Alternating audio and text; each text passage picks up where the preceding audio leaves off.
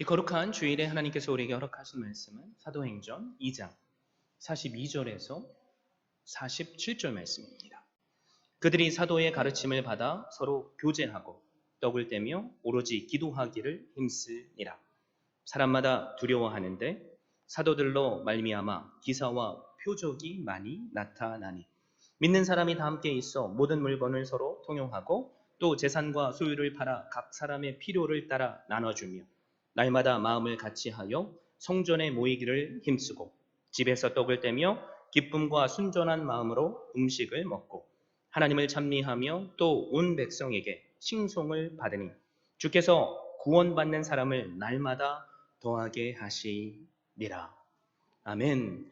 저는 이 귀한 주일에 주신 말씀을 힘입어서 성령 충만한 모델 교회라는 제목으로 말씀을 증거하고자 합니다. 저는 이런저런 분들과 만나서 대화할 기회가 종종 있습니다. 제가 목회자여서 그런지는 몰라도 의외로 많은 분들이 세상에 교회는 참 많은 것 같은데 참된 교회를 찾기가 어렵다고 하시는 말을 듣습니다. 이 지역에도 좋은 교회들이 많죠. 한 300여 교회가 노런 버지니아에 있습니다. 그런데도 불구하고 아직도 좋은 교회를 찾아 헤매는 분들이 있다는 것. 그 이야기를 한 분이 아니라 여러 분들을 통해서 들을 때 목회자로서 참 부끄러웠습니다. 그리고 충격이었습니다. 여러분, 그분들께서 찾는 교회가 도대체 어떤 교회길래 아직도 찾지 못하셨을까? 우리 교회를 포함한 수많은 교회가 있는데 우리 교회가 놓치고 있는 좋은 교회의 모습은 무엇일까? 생각해보고 또 생각해 봤습니다. 그래서 오늘 주신 말씀으로 어떻게 하면 우리 교회가 참된 교회, 좋은 교회, 찾고 싶은 교회가 될 수 있을까? 성령 충만한 모델 교회를 함께 살펴보기를 원합니다. 성령 충만한 모델 교회, 어떤 교회죠? 많은 분들이 이런 슬로건을 들어보신 적이 있을 겁니다. 초대교회로 돌아가자. 무슨 말일까요? 많은 교회들이 초대교회, 즉 예루살렘 교회로 돌아가기를 원한다는 겁니다. 그렇다면 예루살렘 교회가 도대체 어떤 교회였는가를 우리가 알아야죠. 이 예루살렘 교회, 초대교회가 어떻게 시작됐습니까? 그 시작은 바로 예수님이십니다. 예수님께서 이 땅에 오시고 공생의 3년 반을 보내셨죠. 예수님께서 하셨던 그 사역의 그 중심엔 세 가지가 있습니다. 잘 아실 겁니다. 말씀을 가르치셨고 복음을 증거하셨으며 모든 약한 것들을 치유하셨습니다. 그리고 그 사역의 마지막 즈음에 제자들에게 선포하셨죠. 내가 장차 세상 모든 죄를 지고 가는 어린 양으로서 십자가에서 죽게 될 것이다. 그러나 그 죽음이 끝이 아니다. 3일 만에 나는 부활할 것이며 너희의 부활의 첫 열매가 될 것이다. 말씀대로 주님은 십자가를 지셨고 우리의 모든 죄를 사하셨으며 예수 그리스도를 믿는 자들의 소망으로서 부활하셨습니다. 그리고 40일 동안 제자들에게 약속의 말씀을 주셨죠. 하나님 나라의 일과 너희가 예루살렘을 떠나지 않고 하나님께 기도하면 약속하신 성령 하나님을 보내주시겠다고 하셨습니다. 120여 명의 제자들 예루살렘의 한 다락방에 모여서 온전히 기도하기에 힘썼습니다. 그 날짜가 언제인지 모르지만 그들에겐 불확실성 속에서 확신케 하시는 약속의 말씀을 믿는 믿음이 있었기 때문입니다. 그리고 오순절 바로 그때에 약속하신 성령 하나님을 주님께서 보내주십니다. 그런데 그때 어떤 놀라운 역사가 일어납니까? 성령 하나님께서 불처럼 그리고 바람처럼 성도들에게 임하니까 성도들의 입이 열리고 세상에 존재하는 여러 지역의 언어들로 하나님을 찬양하고 하나님께 기도하게 하셨습니다. 그런데 놀라운 것은 그들의 기도와 찬양을 듣고 예루살렘의 오순절과 그리고 유월절을 지키러 온 수많은 디아스포라 유대인들이 그 자리에 찾아온 겁니다. 3,000명보다 훨씬 많은 사람들이 이 놀라운 광경을 보면서 두 종류의 반응으로 나눠지죠. 한쪽 사람들은 어떻게 유대인들이 우리 지역의 방언으로 말을 하지, 기도를 하지? 놀랍네. 그런데 다른 한쪽의 반응은 무엇입니까? 저들이 낮술에 취해서 지금 정신을 못 차리고 있다라고 비난합니다. 그곳에 모인 3,000명 이상의 사람들, 누구죠? 제자들이 지금 두려워서 숨어버렸던, 바로 나를 죽이려고 위협했고 또 예수 그리스도를 십자가에 못 박으라 라고 외쳤던, 내가 제자로서 나도 죽임을 당할까 봐 두려워할 수밖에 없는 존재였습니다. 그런데 성령 충만하심의 은혜를 받으니까 성령 받은 자의 놀라운 증거가 나오죠. 베드로를 비롯해서 11명의 사도가 담대히 일어나서 3,000명, 나를 죽이려고 했던, 내가 두렵게 여겼던 그들에게 복음을 선포합니다. 겁쟁이가 믿음의 담대한 용사가 된 겁니다. 그리고 그 복음의 중심에는 바로 예수 그리스도의 십자가의 죽음과 부활이 있습니다. 그런데 그 3,000명 이상의 사람들이 듣기에 거북한 선포를 하는 거죠. 너희가 십자가에 달아 죽인 그 예수가 그리스도시다, 메시아다, 구원자다라고 선포합니다. 며칠 전만 같으면 이 소리를 들은 수천 명의 유대인들은, 사람들은 돌을 들어서 베드로를 그리고 사도들을 쳐 죽였을 겁니다. 그런데 성령 하나님께서 영원 그 심령 가운데 역사하셔서 마음속에 거북한 찔림이 아니라 거룩한 찔림의 역사를 행하셨습니다. 그래서 그들의 입술에는 어떤 고백이 나오죠? 형제들아, 우리가 어찌할꼬? 무슨 말입니까? 우리가 어찌해야 우리의 죄를 용서받을 수 있으며 구원을 받을 수 있느냐는 고백이죠. 그러자 사도 베드로가 선포하죠. 주 예수를 믿으라, 그리고 세례를 받으라. 그러면 우리에게 허락하신 그 성령의 선물을 너희도 받을 것이다. 우리가 지난 3, 4주 동안에 함께 살펴본 말씀이죠. 그리고 성경은 무엇을 증거합니까? 하루 한순간에 3,000명 이상의 사람들이 세례를 받고 교회가 시작이 되었다라고 말합니다. 우리가 그렇게 외치는 슬로건, 초대교회로 돌아가자. 이렇게 하루 한순간에 수천 명의 놀라운 부흥이 일어난 그 모습으로 돌아가자는 얘기입니까? 어떻게 생각하십니까? 그렇기도 하고 또 그렇지도 않습니다. 왜 그럴까요? 하나님께서 우리에게 원하시는 부흥은, 성령 충만한 모습은 양적인 성장뿐만이 아니라 그 양적인 성장이 하나님께 영광이 되고 이웃에게 좋은 소문이 될 정도의 삶이 뒷받침되어야 하기 때문입니다.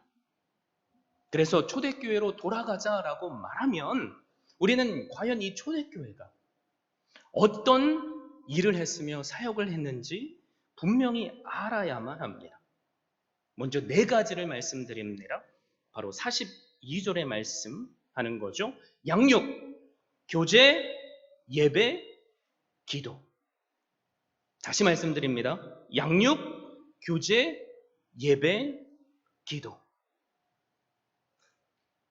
바로 우리가 익히 들어서 알고 있는 세상 모든 교회가 할 것 같은 이 신앙의 기초요 기본기를 우리는 잘 다져야만 합니다. 42절에 이렇게 말씀하죠. 그들이 사도의 가르침을 받아 서로 교제하고 떡을 떼며 오로지 기도하기를 힘쓰니라. 양육, 교제, 예배, 기도. 별로 그렇게 신선한 게 없죠. 교회라면 다 하는 것 같죠? 여러분, 그런데 나도 그렇고 성도들은 나도 모르게 내가 선호하는 부분에 집착하는 나머지 기초를 잃어버립니다. 수많은 탑 클래스의 운동선수들이 항상 뭘 강조하죠? 탤런트도 있어야 됩니다. 천부적인 재질이 있어야 한다는 거죠. 여러분, 다 탤런트를 가졌죠. 그런데 그 중에서도 탑 넘버 원에 올라가는 선수들이 항상 얘기하는 게 뭐냐면 아주 기본적인 농구 선수면 패스와 받는 거, 드리블 그것에 충실해야 한다고 말합니다. 축구 선수도 마찬가지죠. 여러분, 교회도 마찬가지입니다. 성령 충만한 교회가 되기 위해서는 사실 다른 게 없습니다. 하나님의 말씀을 우리가 목숨을 걸고 배워야만 합니다. 그리고 하나님께서 허락하신 성도들을 피차 뜨겁게 사랑하며 교제해야만 합니다. 떡을 떼었다라고 말하죠. 이 떡을 뗀 것은 우리가 요즘 때때로 하고 있는 성찬을 의미합니다. 성찬을 왜 합니까? 예수님의 십자가를 우리가 기억하고 그분께서 허락하신 그 구원의 감사를 표현하는 것 아닙니까? 오늘날로 말하자면 예배죠. 그들은 예배를 드릴 때마다 성찬의 의식을 행했습니다. 십자가의 복음을 언제나 기억하고 그것에 합당한 예배를 드렸다는 거죠. 기도하기를 힘썼습니다. 여러분, 성령 충만하기 위해서 기도한 게 아닙니다. 성령 충만하니까 기도하는 것에 오로지 힘쓴 겁니다. 여기 계신 분들 가운데 내가 살고 싶어서 살려고 숨 쉬는 분 없죠? 살아있으니까 숨을 쉬는 거죠. 이 네 가지 우리가 힘써야 할 교회의 아주 기초입니다. 그런데 문제가 뭐죠? 교회마다 개인으로서 교회마다 그리고 공동체로서 교회마다 선호하는 것이 다르다는 거죠. 어떤 분은 찬양에 열심을 내는 부분이 있습니다. 그런데 말씀을 배우는 것에는 무관심한 분이 계시죠. 어떤 분은 기도하는데 열심인 분이 있는데 혼자 기도하기 좋아하고 성도 간에 교제하는 것은 원하지 않는 분이 있습니다. 여러 가지 이유가 있겠죠. 교제하면서 상처를 받고 싶지 않아서, 때로는 내가 누군가에게 상처를 주고 싶지 않아서 이런저런 이유가 있을 수 있죠. 그래서 우리는 교회마다 이런 것을 다 하고 있지만 오늘 주신 말씀으로 깨달아야 하는 것 뭐죠? 교회라면 무조건 해야 할 이 네 가지 뭡니까? 뭐죠? 처음 게 뭐라고 했습니까? 양육이죠. 하나님의 말씀을 배우는 자리에 서야만 합니다. 그래서 제가 날마다 외치는 게 있죠. 제자 훈련에 참여하십시오. 교회에 수십 년 나왔는데 균형 있는 신앙을 갖지 못한 분들이 얼마나 많습니까? 그래서 여기에 무슨 치유의 집회가 있다고 말하면 나도 모르게 신경이 거기에 쏠려서 쫓아가고 성령 그 능력만 바라는 뭐죠? 소위 예수님께서 선포하신 표적만 구하는 무리가 될 수 있습니다. 두 번째 뭐라고 했습니까? 교제라고 했죠.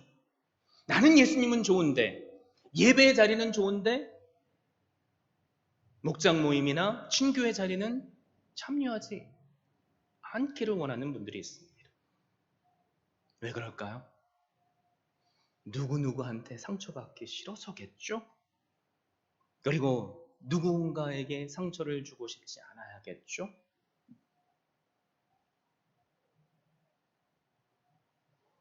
여러분, 내가 교회임을 우리는 알아야만 합니다. 그리고 나 혼자 신앙생활하면 나는 결코 하나님께서 기뻐 받으시는 그 한 사람 예배자가 될 수 없음을 아셔야만 합니다. 교제 자리에, 친교회 자리에, 목장 모임에 함께 참여해 주십시오.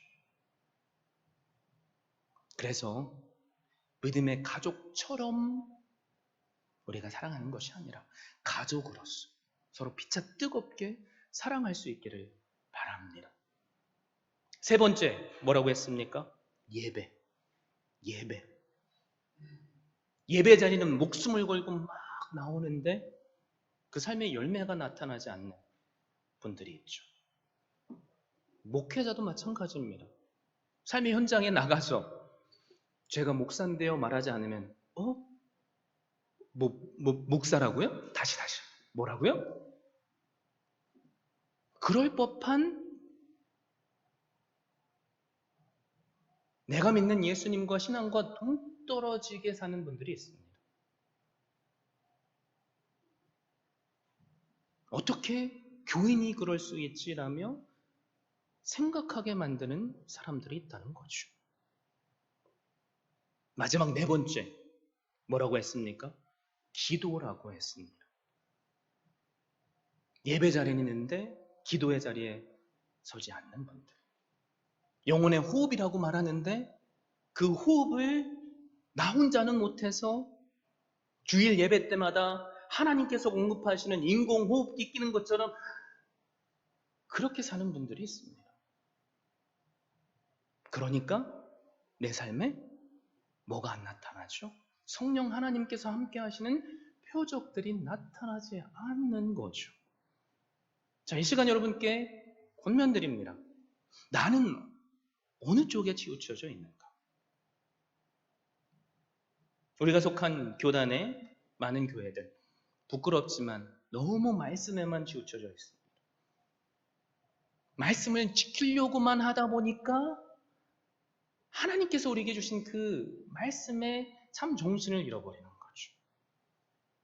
과거에 살았던 바리새인들처럼 안식일에는 이것도 하지 말고 저것도 하지 말라고 하니까 우리가 성도가 어디를 가다가 다쳤는데 안식일을 지켜야 하니까 거기에 병문안을 가야 되나 말아야 되나. 과거에 지금 우리의 교회는 아니지만 우리의 선배 세대들 얼마나 많이 고민했습니까? 그렇죠?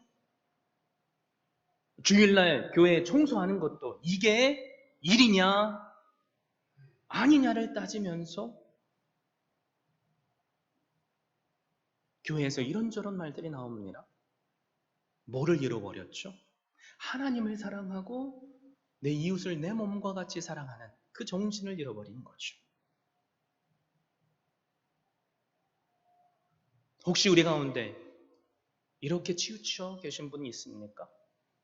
혹시 우리 가운데 자꾸 표정만 구하는 분들이 있습니까? 그 표적을 누가 가장 강력히 누리고 받았습니까? 초대교회죠.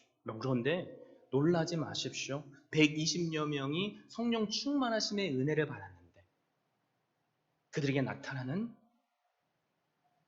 성령 충만한 교회의 모습이 뭔지 아십니까? 내가 성령 받았다고 나도 받았다고 내 의견을 주장하지 않았습니다. 철저히 하나님께서 허락하신 질서에 따라 사도들을 통해 가르침을 받았습니다. 나도 방언해. 나도 예언기도해. 나도 치유의 능력을 행할 수 있어. 근데 네가 뭔데? 뭐 사도? 나도 그거 다 한다니까? 그러면 어떻게 되죠? 우리가 고린도 교회를 통해서 보는 것처럼 파가 나누죠. 교회가 하나 될 수가 없습니다. 그 교회가 세상의 칭찬을 받을 수 있겠습니까? 서로 치고받고 싸우는데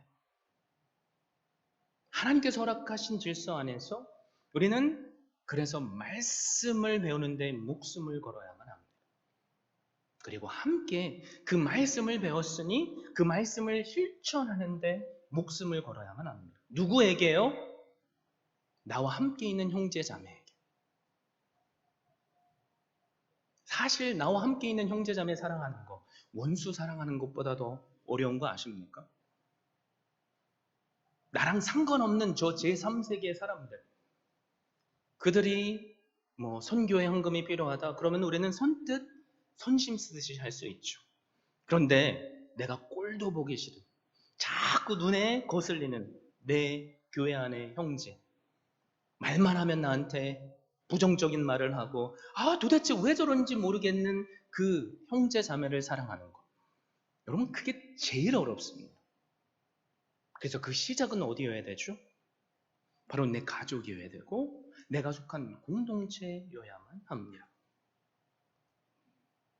하나님께서 허락하신 눈에 보이는 형제 자매들을 사랑할 수 없는데 그 예배에 감격이 있겠습니까? 말씀이 살아서 선포되어지는데 그 말씀을 내가 누군가를 미워함으로 내 눈을 가리게 만든다면 나는 예배자로 설 수 없습니다. 그래서 어떤 분은 교회에 오면서 내가 마음에 들어 하지 않는 저 사람 때문에 시험 들어가지고 예배의 자리에 서지 못하게 되는 거죠. 머리는 오늘 왜 저렇게 하고 왔대? 꼴 보기 싫어. 가방은 뭐 돈을 얼마나 번다고 분에 넘치는 거 들고 왔대?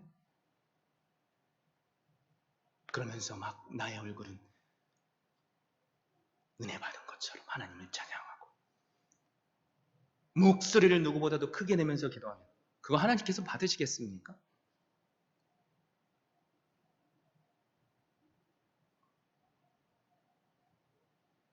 나는 도대체 어디에 치우쳐져 있는가?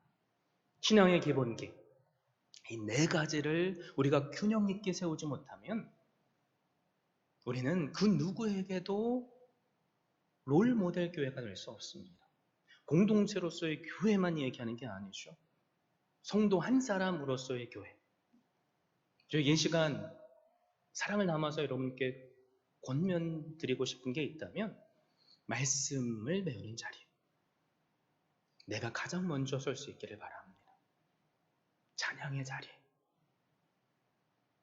체면 그런 거 다 내려놓고 하나님께서 부어주실 은혜를 사모하시며 나의 손이, 나의 몸짓이, 나의 영혼이, 내 입술만이 아닌 내 전인격이 하나님을 찬양하고 예배드렸으면 좋겠습니다.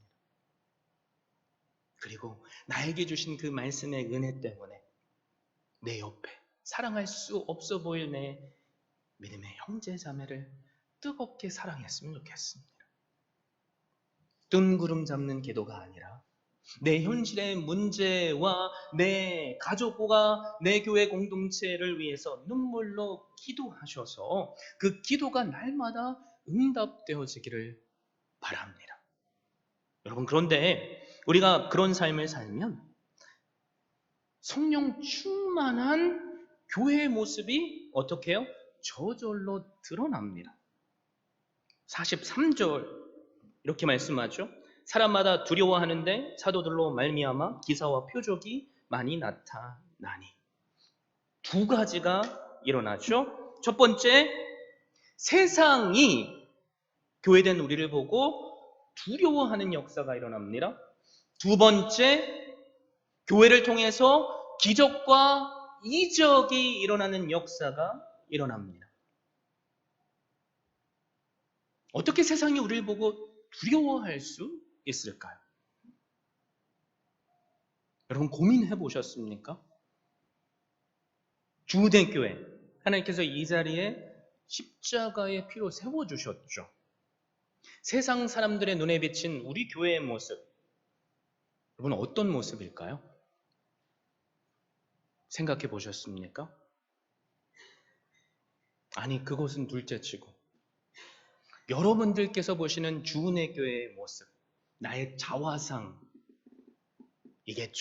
어떤 모습입니까? 제가 우리 교회 와서 지금 4년이 조금 넘게 지금 사역을 하고 있죠? 제 마음을 너무 아프게 하는 성도들의 고백이 뭐냐면, 목사님, 제가 우리 교회 다니는데 누구에게 주은혜 교회 다닌다고 말을 못 하겠습니다. 그럴 때마다 얼마나 마음이 아픈지. 내가 다니는 교회에 대한 자부심도 없는 거죠. 여러분, 사실 우리 고난의 길 과거 수년 동안 걸어왔지 않습니까? 세상이, 다른 교회가, 믿음의 형제들이 우리 교회를 볼 때 얼마나 듣고 싶지 않은 말들을 우리가 들었습니까? 마음이 너무 아픕니다. 세상이 말하는 것 때문에 마음 아픈 것이 아니라 함께 한 교회를 섬기는 믿음의 형제, 지체들 가운데 내가 다니는 교회에 대한 자부심조차 가지지 못하는 것을 볼 때 목회자로서 눈물을 흘리지 않을 수 없습니다.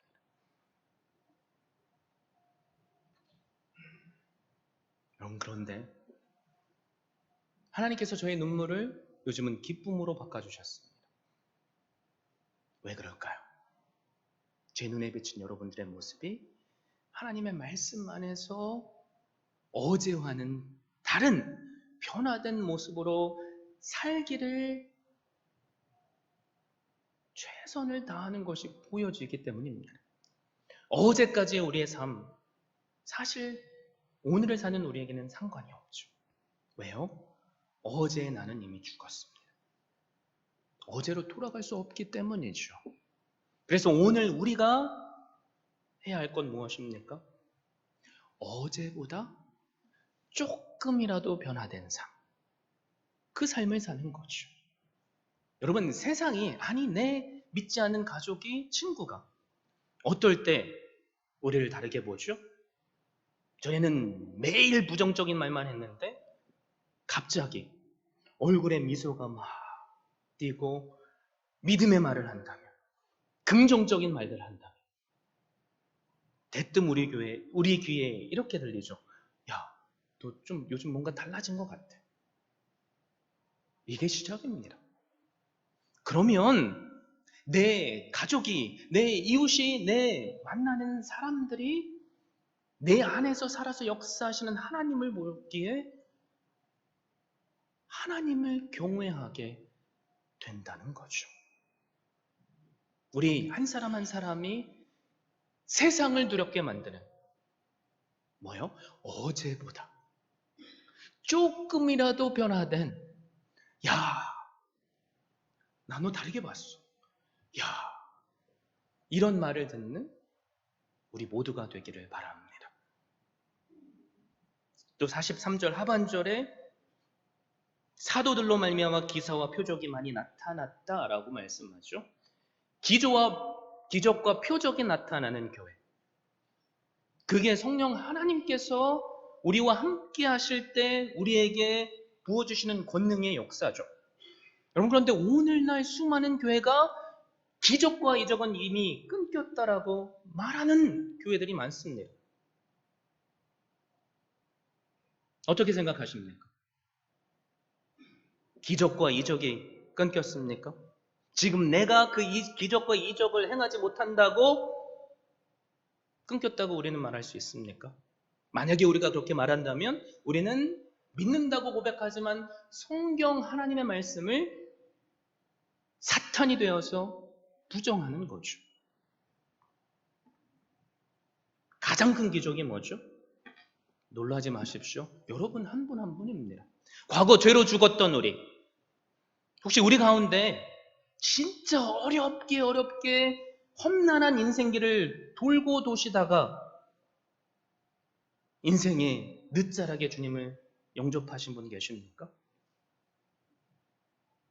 기적이죠. 예수님 믿기 전에 여러분 삶, 복음을 내가 들어도 그게 복음으로 들렸습니까? 아니죠. 저 미친 말을 하는 거구나. 어떻게 저렇게 쇠뇌를 당해가지고, 아이고 불쌍해.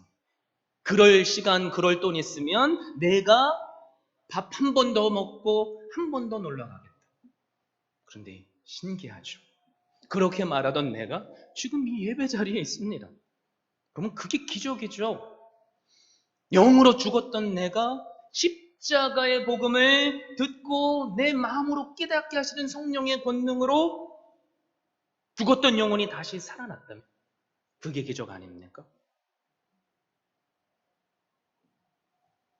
검은 머리 난 동물은 고쳐 쓰는 게 아니라고 말하죠.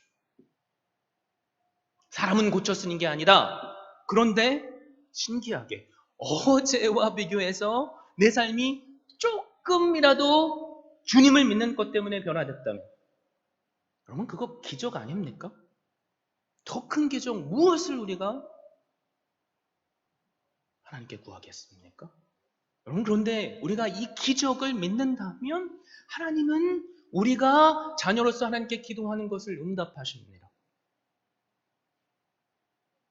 내가 치유의 은사가 있어서가 아니라 하나님은 나 같은 연약한 자도 때때로 사용하셔서 병든 자를 치유하시는 역사를 행하시고 귀신 들린 자를 쫓아내게 하시는 역사를 행하십니다. 이 기적 때문에 오늘 우리가 있는 겁니다.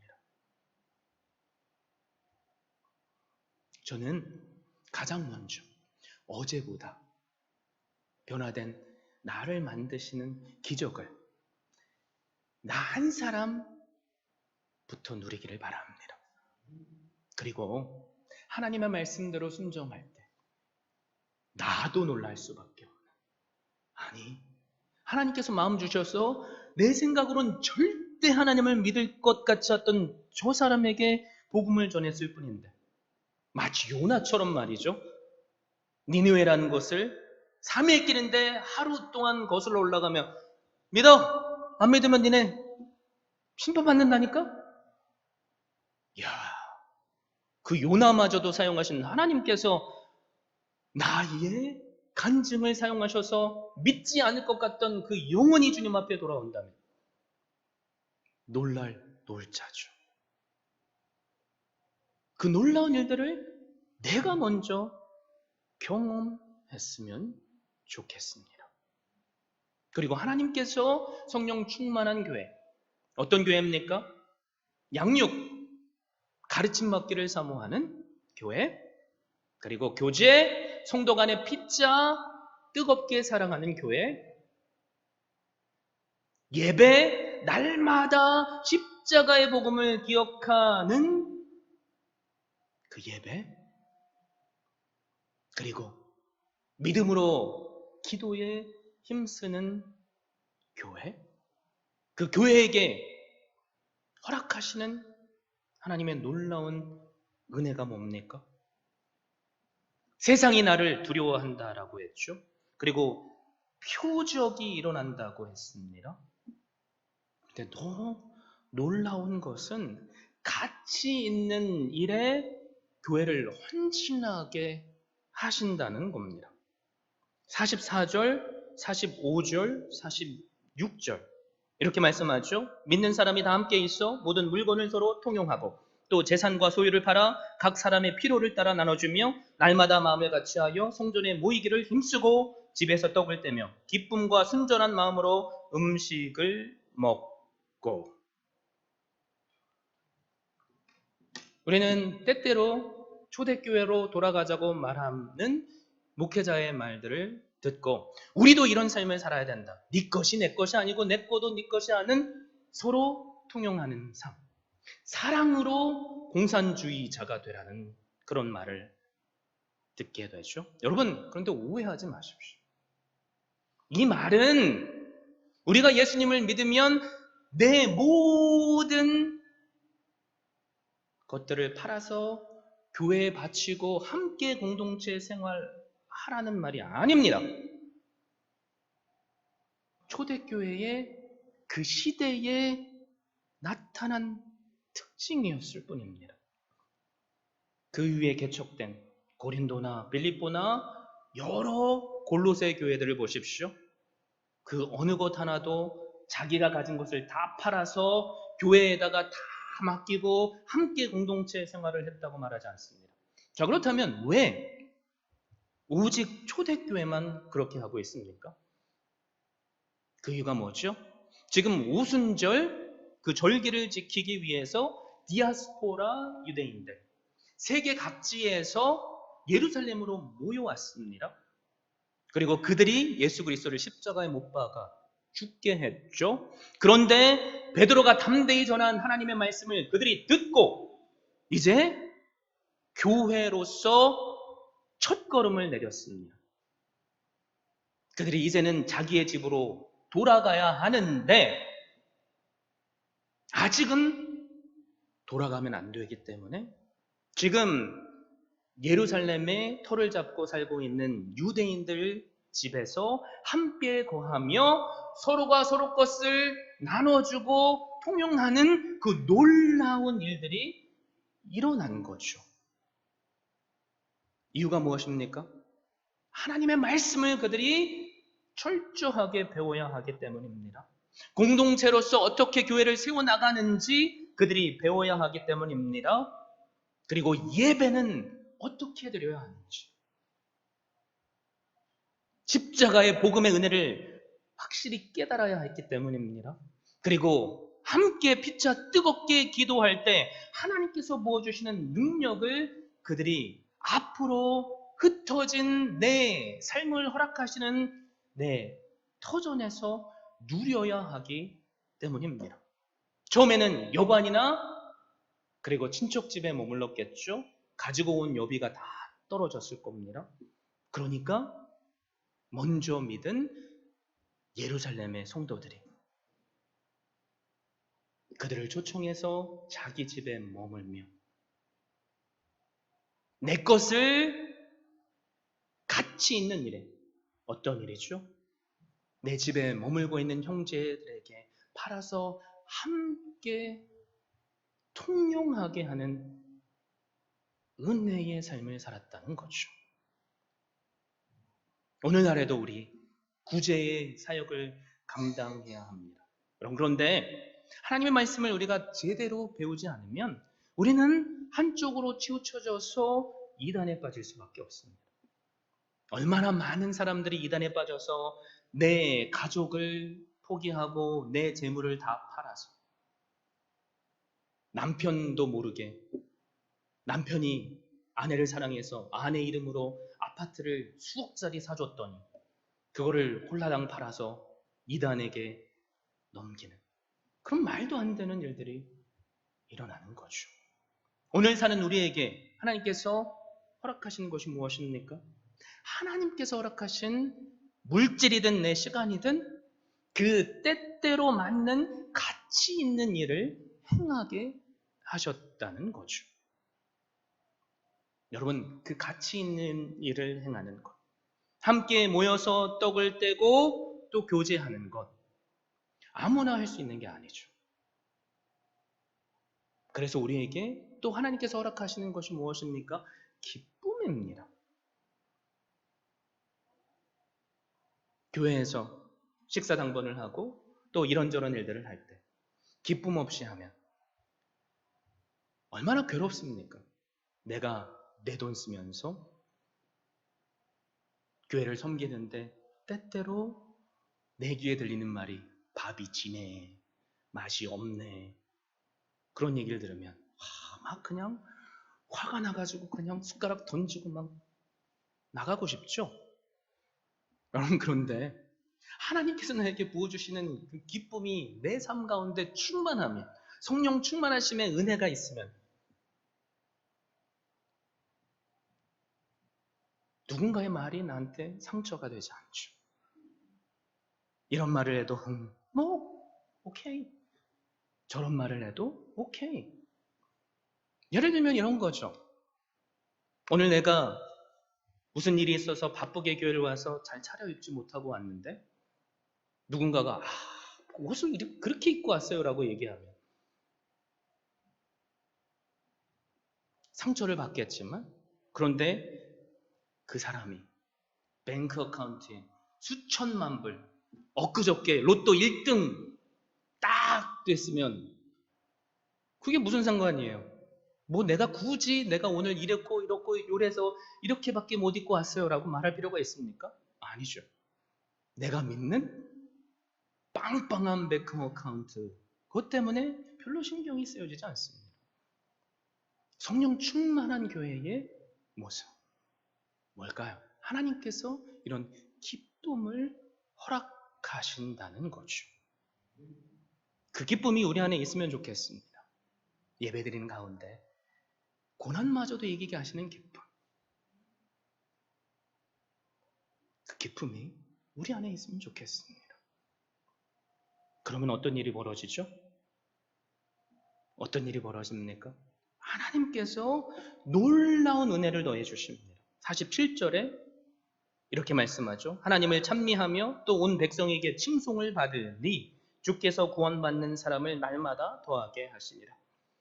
자, 백성들이, 믿지 않는 자들이, 내 가족이 나를 보고 두려워하던 그들이 나를 유심히 지켜보고 지켜보는 가운데 그 이유를 알게 되니까 내 귀에 들려오는 말이 뭡니까? 칭찬이죠.